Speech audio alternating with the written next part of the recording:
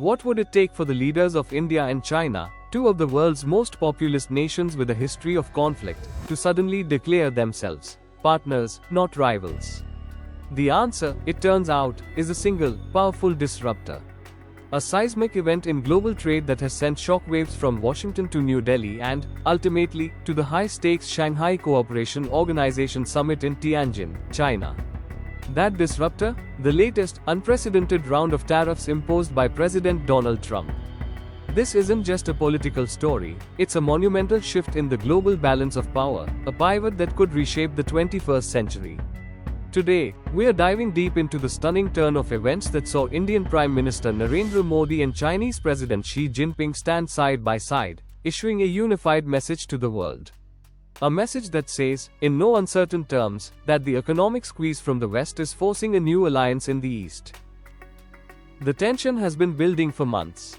Since his return to the White House, President Trump has made good on his campaign promises, unleashing a new wave of tariffs with a severity not seen in over a century. The target list is long, but two nations have felt the sting more acutely than most: India and China.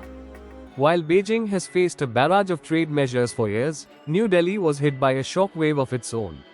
A staggering 50% tariff was levied on over $60 billion of Indian goods, a move explicitly designed to punish India for its continued purchase of discounted Russian oil.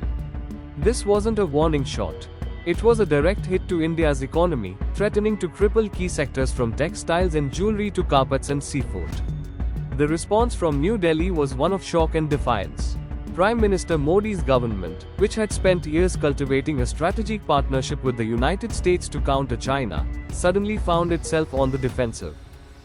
For years, the relationship between India and China has been defined by a deep-seated trust deficit.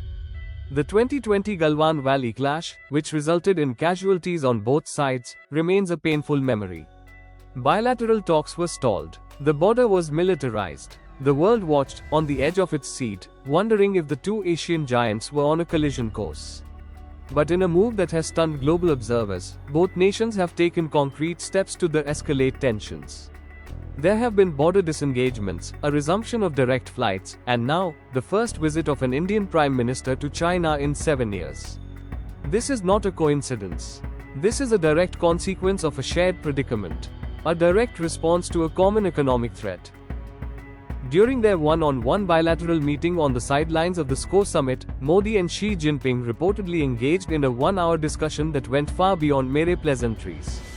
The Ministry of External Affairs in New Delhi released a statement that has now become a central point of global analysis.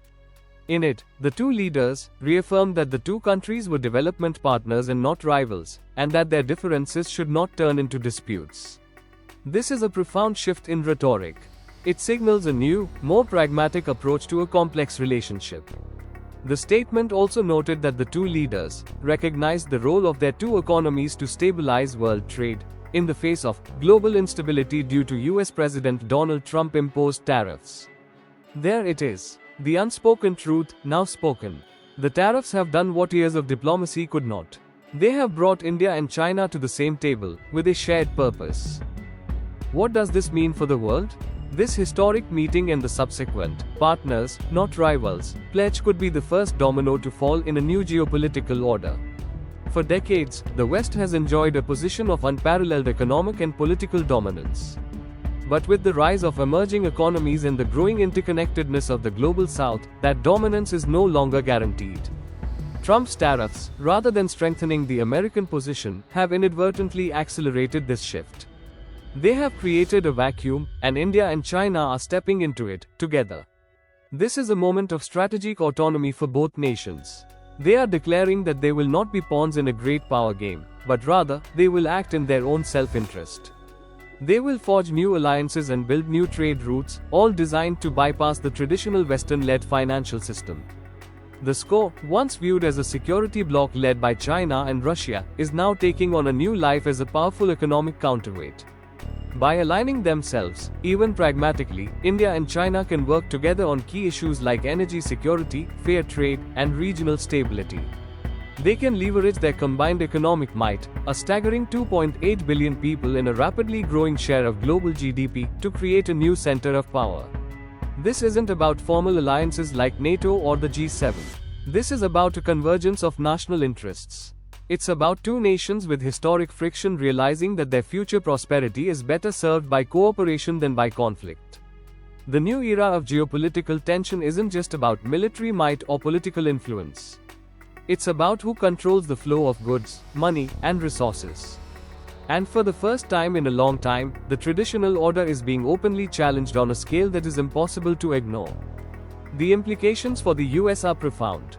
The strategic partnership with India was considered a cornerstone of its Indo-Pacific strategy, a crucial check against Chinese assertiveness.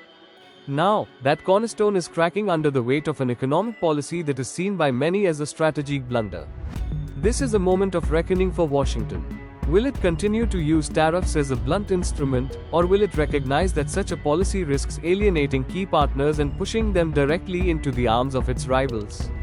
The world is watching. The SCO Summit has provided a clear, undeniable answer. The game has changed. The old rules no longer apply. The fallout from this meeting will be felt for years to come. It's a bold new chapter in global relations, one written not with military force, but with economic leverage. And for the first time, it's clear that the leverage has been applied in a way that has created a new, powerful, and potentially unstoppable alliance. An alliance of partners, not rivals, fought in the fires of a global trade war.